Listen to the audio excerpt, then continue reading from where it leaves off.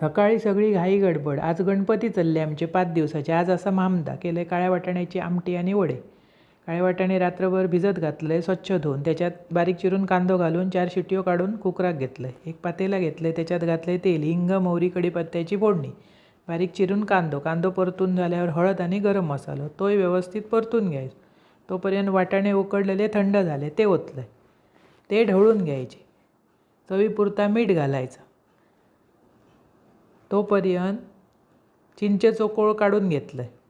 थोडे वाटाणे मिक्सराक लावून बारीक करून घेतले, म्हणजे आमटी ना मिळान येता एक संद होता आणि मस्त जाडसर लागतं. नाहीतर नुसते वाटाणे खाल्ल्या वड्याबरोबर अशी आमटी करा, अप्रतिम लागतं. वरसून घातलं चिंच आणि गुळाचा पाणी. ओल्या नारळाच्या कातेळी काढून त्याचे बारीक तुकडे काढून घेतले, ते दाताखाली इले की भारी लागतात. उकळल्यावर कांदा, खोबरा, आला, लसूण त्याचा भाजक्या वाटाप घातला आणि अशी जाडसर आमटी करायची. वड्याबरोबर एकदम भारी लागतं. अशी करा, खावा, आवडतली तुमका आणि आवडल्या चॅनल सबस्क्राईब करा.